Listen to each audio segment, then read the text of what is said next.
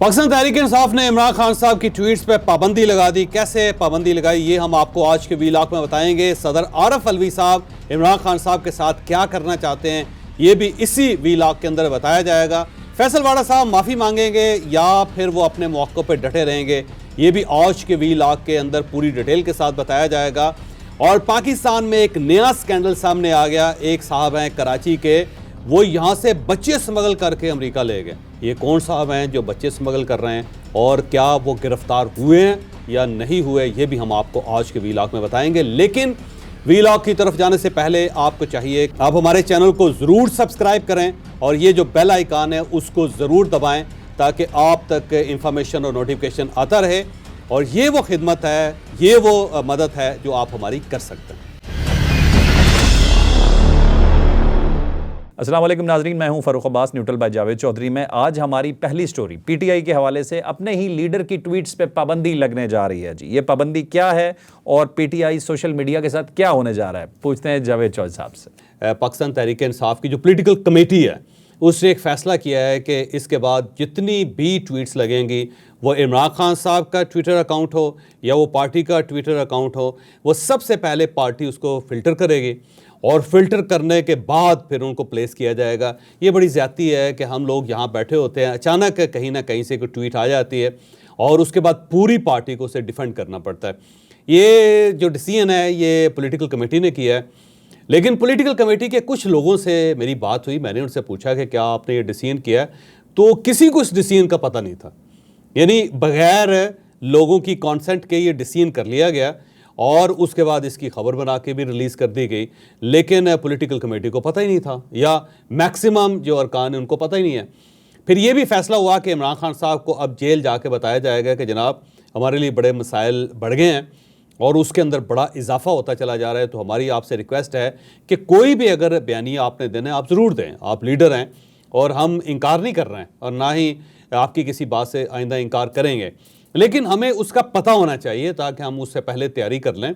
और फिर सबका मौक़िफ़ एक होना चाहिए, बजाय इसके कि गौहर खान साहब का एक मौक़िफ़ है, फिर रऊफ़ हसन साहब का एक मौक़िफ़ है, फिर उमर अयूब साहब का एक मौक़िफ़ है, फिर उसके बाद शुएब शाहीन है, फिर नईम पंचोता है, बहुत सारे लोग हैं।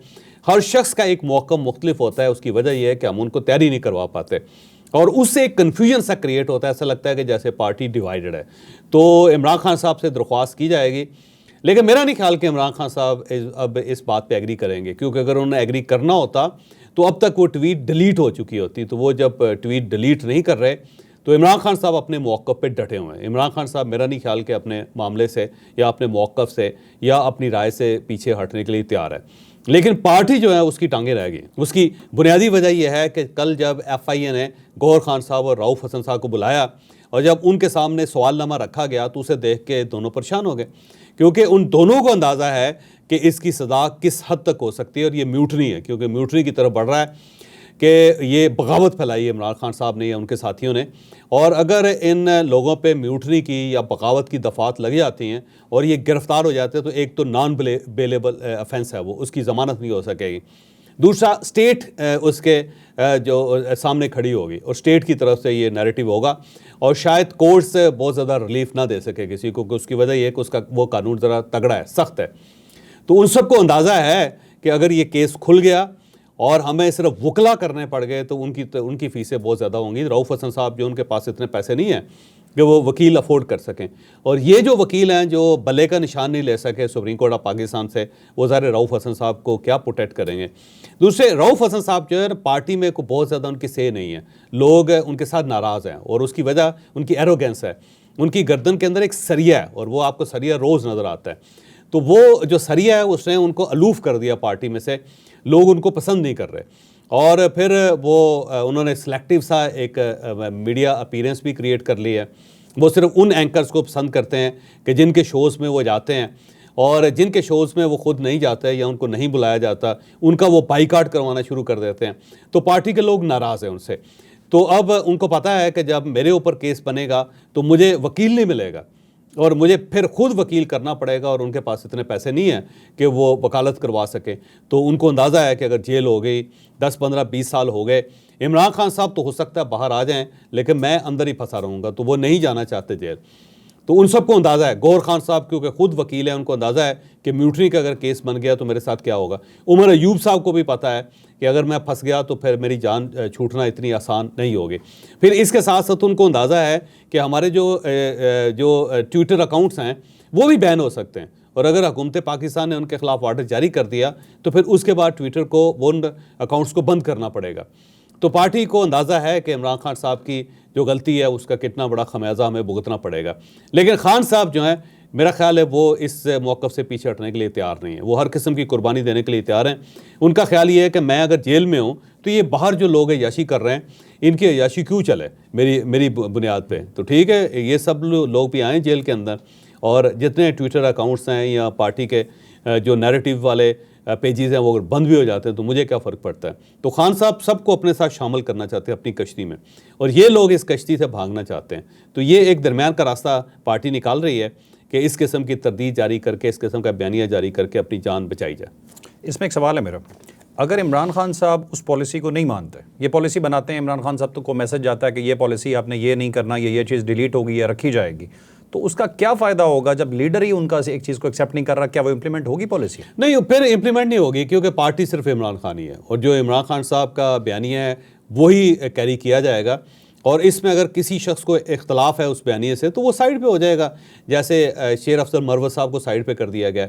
इमरान खान साहब जो है ना, वो एक इमोशनलेस इंसान है, उनको कोई फ़र्क नहीं पड़ता कि शुएब शाहीन है या नहीं है, या असद कैसर साहब हैं या नहीं हैं, अली मोहम्मद ख़ान है या नहीं है, गौहर खान है या नहीं है, तो या अहमद अज़हर है या नहीं, ये सारे भी चले जाएं तो इमरान खान को कोई फ़र्क नहीं पड़ता। तो इमरान खान साहब बादर नहीं करेंगे, वो सिर्फ ये देखते हैं कि जनाब मेरा जो नैरेटिव है वो चलना चाहिए। और दूसरा, ये एक लाइनें लगी हुई हैं इस पार्टी के अंदर कि अगर ये लोग हटेंगे तो बहुत सारे नए लोग सामने आ जाएंगे और इमरान खान साहब उनके कंधे पे हाथ रख देंगे और वो भी वही काम करेंगे जो इससे पिछले लोग कर रहे थे। तो इमरान खान साहब को फ़र्क नहीं पड़ता कि कौन आ रहा है पार्टी में, कौन पार्टी में जा रहा है। शोएब साहब, अगर खान साहब बाहर आ जाते हैं तो ये जो मौजूदा लीडरशिप है, आपके ख्याल में ये लीडरशिप रहेगी? मेरा नहीं ख्याल कि इनमें से कोई शख्स भी इमरान खान के दाएं बाएं आपको नज़र आएगा। बस वो इमरान खान साहब का कमाल ये है कि वो एक सेंट्रल लेवल पे लोगों को इस्तेमाल करते हैं, उसके बाद फिर अमेंडमेंट कर देते हैं। वो इसी तरह जैसे कैप्टन होता है ना टीम के अंदर, वो देखता है कि इस वक्त किस बॉलर को खेलना चाहिए, तो बॉल उसके हाथ में पकड़ाता है, कहता है चलो भाई 3 ओवर्स तुमने करवाने, और जो ही 3 ओवर्स हो गए, टारगेट अचीव हो गया, तो उसे कहा चल जा शाबाश है, साइड पे हो जा, और या फिर उसे दूर बाउंड्री पे खड़ा कर दिया जाता है कि चल कैच का इंतज़ार कर तू। सेम इसी तरह अगर बैट्समैन है तो वो फैसला करता है कि पहला बैट्समैन कौन सा होगा, दूसरा क्या होगा, तीसरा कौन सा होगा। और अगर लोग आउट हो रहे हैं तो पीछे जो बैठा हुआ है 12वां खिलाड़ी, उसको भी कहेंगे चल भाई तू बैट पकड़ और बैटिंग शुरू कर दे। तो वो इमरान खान साहब यही करते हैं। इमरान खान साहब के लिए मैटर नहीं करते लोग, क्योंकि कैप्टन है ना, कैप्टन के लिए मैटर नहीं करता। वो देखता है कि बस मैंने टारगेट अचीव करना है, मैंने जीतना है। तो वो आप मेंटालिटी देखें ना इमरान खान साहब की, कि वो बैट्समैन थे, वो बॉलर थे और फास्ट बॉलर थे, और वो क्रिकेटर थे, और वो क्रिकेट के कैप्टन थे। तो वो सारी फ़िलासफ़ी जो क्रिकेट की है वो पॉलिटिक्स के अंदर आपको नज़र आ रही है इमरान खान साहब के जो तर्ज़ अमल है उसके अंदर। ठीक है शोएब साहब, हमारा दूसरा टॉपिक है डॉक्टर आरिफ अलवी के लिहाज। डॉक्टर आरिफ अलवी साहब को पता नहीं खान साहब से मोहब्बत हो गई है या उनकी दुश्मनी कर रहे हैं, आज उन्होंने सुकरात के साथ उन्होंने मिला दिया, ये क्या स्टोरी है, क्या कर रहे हैं अलवी साहब? देखिए अलवी साहब, देखें अलवी साहब जब फारग हुए ना जी सदारत से, तो अलवी साहब की सिर्फ इमरान खान साहब के साथ एक ही मुलाकात हुई जेल के अंदर, और इसके अलावा कोई ख़ास मुलाकातें नहीं। बल्कि उससे पहले ये एक नैरेटिव था, एक इंफॉर्मेशन भी थी कि बड़ा डिस्टेंस पैदा हो गया, क्योंकि सदर आरिफ अलवी से जो इमरान खान साहब चाहते थे और जो मैसेज उनको पहुँचाए गए वो आरिफ अलवी साहब ने किए नहीं थे। और उसके बाद जब वो फारग हुए तो बड़ी मुश्किल से फिर वो इमरान खान साहब के साथ उनकी एक मुलाकात हुई। उस मुलाकात की बुनियाद पे ही आरिफ अलवी साहब ने रोज़ एक तकरीर करनी शुरू कर दी। तो मेरा ख्याल ये है कि वो अपना रास्ता हमवार कर रहे हैं इमरान खान साहब के तरफ जाने के लिए, और उनका वही बयानी है जो इमरान खान साहब का बयानी है, और बाकी पार्टी को लिफ्ट नहीं करवा रहे, और बाकी पार्टी के लोगों से वो मिल भी नहीं रहे, और ना ही बाकी लोग भी उनके साथ को मुलाकात कर रहे हैं। तो वो इमरान खान साहब के साथ अपने आप को अलाइन करने की, अपने आप को अलाइव करने की कोशिश कर रहे हैं। तो ये उसकी कोशिश है।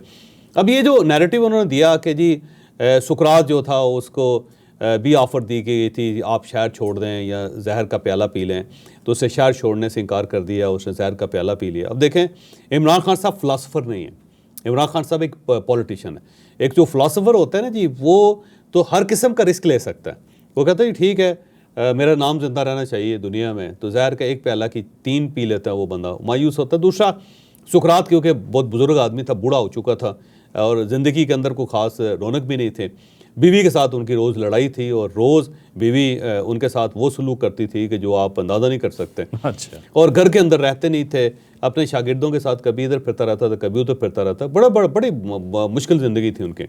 उनको जब जहर का प्याला दिया गया तो उन्होंने शुक्र किया कि ठीक है यार, इस तल्ख ज़िंदगी से तो बेहतर है बंदा मर जाए और फिर तारीख़ के अंदर नाम भी लिखवाया जाए। और दूसरा ये है कि सुकरात को सुकरात ने मशहूर नहीं किया, अफलातून ने किया, जो उनका शागिर्द था। और अगर अफलातून सुकरात के बारे में ना लिखता तो दुनिया को तो सुकरात के बारे में पता ही कुछ नहीं था, क्योंकि उसके बारे में जो चीज़ें भी सामने आई हैं वो अफलातून की राइटिंग है। उससे पता चला कि सुकरात एक बहुत बड़ा आदमी था। तो मेरा नहीं ख्याल कि इमरान खान साहब के साथ कोई अफलातून है जो इनको ज़िंदा रख सकता है। दूसरा, इमरान खान साहब सियासतदान है, सियासतदान तो आर्ट ऑफ पॉसिबिलिटी में ज़िंदा रहता है, वो तो गुंजाइश पैदा करता है, वो जहर का प्याला पीने के लिए जेलों के अंदर नहीं जाता। तो इमरान खान साहब को अगर ये मशवरा दिया जा रहा है कि सुकरात बन जाए तो मेरा ख्याल है उन्हें डर जाना चाहिए, क्योंकि सदर आरफ अलवी साहब ये चाहते हैं कि वो जहर का प्याला पी जाएं और फिर उनके मज़ार के ऊपर जो है वो अफलातून बन के बैठ जाएं। तो मेरा नहीं ख्याल कि इमरान खान साहब को ये ऑप्शन सूट करता है। तो आरफ अलवी साहब ऐसे चाहते हैं कि इमरान खान साहब का मज़ार बनाया जाए और ख़ुद वो एक मजावर की हैसियत है, उसके ऊपर रोज़ दिया जलाया करें और साथ अगरबत्ती भी सुलगाया करें। अच्छा, इमरान खान साहब का ये बयान जो अलवी सब कोर्ट कर रहे हैं कि मैं मर जाऊंगा, मुल्क नहीं छोड़ूंगा, आपको लगता है कि ऐसा हुआ होगा? हो भी सकता है। वैसे इमरान खान साहब ये कर सकते हैं, इमरान खान साहब के अंदर ये एबिलिटी है कि वो इनकार कर सकते हैं, लेकिन इसका एविडेंस कोई नहीं है। अगर तो इमरान खान साहब से किसी ने कहा है तो इमरान खान साहब को चाहिए कि उस बंदे का नाम बताएं। जब वो फ़र्द वाहिद का रोज़ एक मंत्रा पढ़ रहे हैं और यूनिफॉर्म में वो army chief general Asim Munir की तस्वीर लगा रहे हैं, तो ये भी बता दें कि उन्हें किसने ऑफ़र की थी कि जनाब आप मुल्क से बाहर चले जाएं। तो अगर ये ऑफ़र थी तो उन्हें फौरी तौर पर बता देना चाहिए था। चले वो नहीं बता रहे तो सदर आरफ अलवी साहब बता दें कि जी किसके ज़रिए मैसेज गया था, और इमरान खान साहब ने इनकार कर दिया। एक एविडेंस कोई भी किसी जगह पे नहीं है ना। इमरान खान साहब ने कहा है जी कि मुझे, बल्कि इमरान खान साहब से पूछा जाता है वो कहते हैं डील तो है ही नहीं, किसी ने मुझसे रब्ता ही नहीं किया, वो बार बार ये कहते हैं। और साथ साथ वो कहते हैं कि जी हमने तो उनसे बात करनी है जो पावरफुल है, और वो उनको मैसेज भी दे रहे हैं। तो अगर उनका उनसे रब्ता था तो फिर तो मेरा ख्याल है मामला सारा सेटल हो गया होता, तो वो तो मुझे किसी जगह नज़र नहीं आता। तो इसमें इमरान खान साहब को एतराफ़ कर लेना चाहिए, या फिर सदर आरफ अलवी साहब अगर उस गेम का हिस्सा थे, उस डायलॉग का हिस्सा थे, तो वो कहते जी कि मुझे उन्होंने ऑफ़र की थी कि जाएं इमरान खान साहब से कहें कि मुल्क से बाहर चले जाएं। और मैंने इमरान खान साहब से बात की तो उन्होंने कहा नहीं, जहर का प्याला तैयार करो, मैं वो पीऊँगा, मैं यहीं रहूँगा, मैं नहीं जाऊँगा। तो एविडेंस ऐसा कोई भी नहीं है। ठीक है, ठीक है। नेक्स्ट टॉपिक की तरफ मूव करते हैं। हमारे पास टाइम की थोड़ी सी अभी किल्लत है, लेकिन हम कोशिश करेंगे कि हमारे तमाम इंपॉर्टेंट क्वेश्चन के आंसर हम चौधरी साहब के थ्रू आपको दिलवा पाएँ। फैसल वाडा माफ़ी मांगेंगे, और मुस्तफ़ा कमाल ने क्या कहा? सर, मुस्तफ़ा कमाल साहब तो मेरा नहीं ख्याल था कि मुस्तफ़ा कमाल साहब जो है माफ़ी मांगेंगे, क्योंकि मुस्तफ़ा कमाल साहब ने जब प्रेस कॉन्फ्रेंस की उसके बाद एक शो में आए थे और उसमें जो उन्होंने दावा किया था वो बड़ा हैरान को। मैं चाहता हूँ वो दावा आप सुना दें लोगों को और फिर उसके बाद मामला आगे बढ़ाते हैं। चलें, हमारा पहले ये आप क्लिप सुनिए, उसके बाद गुफ्तगू का सिलसिला यहीं से शुरू करते हैं। मुस्तफ़ा कमाल को जानते ही नहीं है फिर लोग। मेरे रब ने मुझे 22 साल पहले एमपीए बना दिया, मेरे रब ने मुझे 21 साल पहले आईटी वजीर बना दिया, मेरे रब ने मुझे 16 साल पहले कराची का मेयर बना दिया, 12 साल पहले पाकिस्तान का सेनेटर बना दिया। ये इस एमएनए-शिप से पहले ये मैं रह चुका हूं, ये मेरी रोजी रोटी नहीं है, ठीक है। ये मैं इसको जूती की नोक पर रखता हूं, इस एमएनए-शिप को। इससे डरने उड़ने वाला नहीं हूं मैं कि कोई एमएनए-शिप छीन लेगा। ओ भाई, आप अल्लाह अगर ये इम्तिहान से गुजारना चाहता है, आपकी किसी की भी इंसान की ये औकात नहीं है कि वो मुझसे कुछ ले सके या मुझे कोई दे सके। हाँ, मेरा रब मुझे इस इम्तिहान से गुजारना चाहता है, मैं रब की हर रजा पे राजी हूं, उसकी रजा पे राजी हूं। ये चक्कर नहीं है मेरे साथ क्योंकि मैं डराऊंगा करूंगा। मैं देखिए, मैं रिस्पेक्ट करता हूं अपनी जुडिशरी की। मुझे अगर 100 दफा भी जो है वो मुझे उनके सामने झुकना पड़ेगा, मैं झुकूंगा, डर के नहीं, डरता वरता नहीं। और क्या बेइज्जती है। मैं सेनेटर था पाकिस्तान का, मैं लात मार के चला गया 6 महीने, 5.5 साल बाकी थे मेरे सेनेटरशिप के। ये एमएनए-शिप क्या बेइज्जती है मेरे लिए? कोई औकात ही नहीं है एमएनए-शिप की मेरे। तो अब आप खुद अंदाजा लगाएं कि मुस्तफ़ा कमाल साहब कितना बड़ा दावा कर रहे हैं, लेकिन जो ही उन्हें नोटिस मिला तो उन्होंने तहरीरी तौर पे अदालत से कह दिया कि मैं आपके रहमो करम पे हूँ और मैं गैर मशरूत माफ़ी मांगता हूँ। तो एक तरफ तो ये कह रहे हैं कि जनाब मैं जूती की नोक पे रखता हूँ सब कुछ, मैंने तो सेनेटरीशिप छोड़ दी थी, 5.5 साल मेरे रहते थे, ये तो MNA शिप है जूती की नोक पे, और मैं डरूंगा नहीं, पीछे नहीं हटूंगा। लेकिन फौरी तौर पे उन्होंने गैर मशरूत माफ़ी मांग ली। और फिर कल उनके जो वकील है फ़रोग नसीम साहब, वो भी बार बार जज साहब की से मुखातब हो रहे थे, चीफ जस्टिस ऑफ पाकिस्तान थे। 6 मरतबा उन्होंने मुखातब हुए उनसे कि जनाब हमने तो अपने आप को आपके रहमो करम पे छोड़ दिया, तो हम पे तो रहम करें, हम पे तो करम करें, हमें तो इस मुकदमे से बाहर निकालें। और फिर उनसे कहा गया कि भाई ये तो आपका जो रवैया है उसके ऊपर देखेंगे कि क्या है, और जिस तरह प्रेस कॉन्फ्रेंस आपने की उसी किस्म की एक प्रेस कॉन्फ्रेंस कर दें। तो उसके बाद मुस्तफ़ा कमाल साहब बाहर आए, उन्होंने मीडिया से खिताब करते हुए कहा कि जनाब मैं तो माफ़ी चाहता हूँ जी, गैर मशरूत माफ़ी मांगता हूँ, मैंने तो कभी सोचा ही नहीं था कि अदलिया की तौहीन कर सकूँ। अच्छा, इसको देखा जाए और उसके बाद फैसल वाड़ा साहब का जो क्लेम है उसको भी देखा जाए, तो मैं चाह रहा हूँ कि वाड़ा साहब का भी एक क्लिप है, पहले वो सुना दें और फिर उसके बाद वाड़ा साहब के बारे में मैं आपको बताता हूँ। आज आप किसी को नहीं छोड़ना चाहते। चलिए वाड़ा साहब का क्लिप सुनिए, उसके बाद गुफ्तगू का आगाज यहीं से दोबारा करें। मैं एक इंच पीछे अपनी गैरत पर नहीं हटूंगा। आपने मुझे कहा है आप मेरा गला काट दो, मुझे हर चीज मिली, लेकिन मेरी पर इल्जाम लगाया है, वो इल्जाम आप साबित करना होगा कि वो जज इल्जाम नहीं लगा सकता कानूनी तौर पर, मैं और आप लगा सकते हैं एक दूसरे के ऊपर। देखिए मुझे तो मैंने कोई काम किया ही नहीं है, मुझे घसीट के ला रहे हैं इधर आ जाओ, इधर आओ, कंटेम्प्ट है, जबरदस्ती कंटेम्प्ट है। मैं आपसे मुखातिब हूँ, ये खड़े हो जाए, मुझे आपने क्यों कहा? तो मैं पूछूंगा भाई मैंने तुमसे तो बात भी नहीं की, मैंने तो इनका भी नाम नहीं लिया। क्या मैंने ये कहा कि अगर मेरी पकड़ी को उछालेगा, तो मैं तो अभी भी कह रहा हूँ अगर अगर अगर पाकिस्तान का दुनिया भर में मेरी को पकड़ी उछालेगा, किसी भी बंसर उछालेगा, जबर उछालूं, मुझे जेल दे देंगे, गला काट देंगे, फांसी दे देंगे। ये नस्ला टावर, ये रेप केसेस, ये सस्ती रोटी, ये लंबी लाइन है जो आप बात कर रहे हैं। तो ये मेरा मसला है, अगर मैं खड़ा हो गया तो मेरी आवाज तो आप नहीं बंद करें, वो तोड़ चुका हूँ, मेरी आवाज तो रहेगी ना, मेरी आवाज है, मेरी औलाद पीछे अब खड़ी हो गई, वो भी कह रहे हैं कि तुम्हारा मिशन हम लेके जाएंगे। अब देखिए वाड़ा साहब का क्लेम भी यही है कि वो मरने के लिए तैयार हैं, वो 1 इंच पीछे नहीं हटेंगे, और उनको फांसी लगा दें बेशक या उनका गला काट दें आप, लेकिन वो माफ़ी नहीं मांगेंगे। और कल तक तो वैसे वाकई वो माफ़ी नहीं मांग रहे थे, लेकिन जो उन्हें 1 हफ़्ता दिया गया है, मेरी गट फीलिंग है कि वो मदद कर लेंगे, क्योंकि उन्हें अंदाज़ा है कि ये एक सीरियस किस्म का चार्ज हो जाएगा। और पिछली बार तो सिर्फ वो 5 साल के लिए नाहिल हुए थे, तो इस बार ऐसा ना हो कि ताहयात नाहिल हो जाए, क्योंकि मेरा नहीं ख्याल कि चीफ जस्टिस ऑफ पाकिस्तान या ये 3 रुकनी बेंच जो है फिर उसके बाद छोड़ेगा, क्योंकि अगर माफ़ करना शुरू कर दिया तो फिर तो रोज़ तौहीन अदालत होगी और लोग खड़े होकर इस किस्म की बात करेंगे। तो मेरा ख्याल एक प्रेसिडेंट कोर्ट यहाँ पे इस्टेब्लिश करना चाहती है कि अगर आप इस किस्म की हरकत करेंगे तो फिर आपके साथ फैसल वाड़ा जैसा सलूक होगा। तो मेरा ख्याल है वाड़ा साहब जो है माफ़ी मांग के अपनी जान छुड़ा लें तो ज़्यादा बेहतर है, नहीं तो फिर वाकई वो एक मिसाल बन जाएंगे। और मुझे लगता है कि फैसल वाड़ा साहब जो हैं वो रीथिंक करेंगे अब इस चीज़ पे, और वो भी एक गैर मशरूत माफ़ी मांगेंगे उनसे। और अगर अदालत उन्हें माफ़ नहीं करती तो वो कह देंगे जी देखें मैं इस लेवल तक चला गया था, लेकिन ये बड़े जालिम लोग हैं कि इन्होंने मुझे माफ़ नहीं किया। तो उससे फिर उनके पास फैसल वाड़ा साहब के पास एक और कार्ड आ जाएगा जिसकी बुनियाद पर वो अपने मुख्तलिफ चैनल्स के साथ वो खेलेंगे। ठीक है। हमारी लास्ट स्टोरी, कराची में एक बहुत ही इंपॉर्टेंट स्टोरी आई, दिल दहला देने वाली स्टोरी है ह्यूमन स्मगलिंग के हवाले से। बच्चे स्मगल हो रहे हैं अमेरिका में। एक गिरफ्तारी होती है सारिम बर्नी साहब की कराची में। तो ये सारम बर्नी साहब कौन है? ये जो इंसार बर्नी साहब हैं उनके भाई। ठीक है। ये सारिम बर्नी वेलफेयर ट्रस्ट ये चलाते हैं, उसके ये फाउंडर हैं। और बच्चे स्मगल हो रहे थे अमेरिका में। अमेरिकन ने ये कंप्लेन की है पाकिस्तान को कि ये बच्चे हैं 25-26 कि इन बच्चों को वहाँ स्मगल किया जा रहा था। इनकी तरफ से प्ली ये ली गई थी कि हम जिन लोगों के औलाद नहीं होती उन्हें ये बच्चे देने जा रहे थे जो लोग यहाँ पे बाहर छोड़ जाते हैं। लेकिन जब स्टोरी अंदर से आई तो पता चला कि ये हकीकी माँ बाप को बच्चे बाहर देने जा रहे हैं। ये असल में ना फ़र्क पाकिस्तान के अंदर एक रवायत है कि अगर एक दुकान किसी की चल जाए ना तो उसके साथ फिर दोबारा एक और बंदा असली चकवाल की रेवड़ियाँ खोल लेता है। तो इंसार बर्नी साहब क्योंकि बड़े मशहूर हो गए और उन्होंने वेलफेयर के काम करने शुरू किए और वो इंटरनेशनल लेवल पे ये जो लोग कश्तियों में सफ़र करते हैं, कहीं ना कहीं फंस जाते हैं, कोई जंगी कैदी बने होते हैं, तो इंसार बर्नी साहब जो हैं उनके लिए एफ़र्ट करते थे। और उनका नाम जो है ह्यूमन राइट्स में आलमी तौर पे छपता था, पढ़ा जाता था और लोग उनकी बड़ी तारीफ़ करते थे। तो जब ये एक दुकान बन गई तो साथ ही उनके भाई जो सारम बर्नी उन्होंने कहा कि हमें भी एक दुकान बना लेनी चाहिए। तो उन्होंने एक असली चकवाल की रेवड़ियाँ पहलवान की जो है उन्होंने भी खोल ली और उसमें उन्होंने क्लेम करना शुरू कर दिया कि ये जो गलियों के अंदर बच्चे होते हैं और जो लावारिस बच्चे होते हैं, जो वालिदैन उनको छोड़ जाते हैं, मरने के लिए छोड़ जाते हैं, तो उनकी परवरिश की जाए, जैसे अब्दुस तारीदी साहब करते थे। तो इन्होंने एक सेंटर मेरा ख्याल बनाया कराची के अंदर और उसमें फिर इन्होंने इस टाइप के बच्चे इकट्ठे करने शुरू कर दिए। फिर जब बच्चे इकट्ठे हो जाते हैं तो फिर बहुत सारे वालिदैन होते हैं जो उनको अपनी गोद लेना चाहते हैं।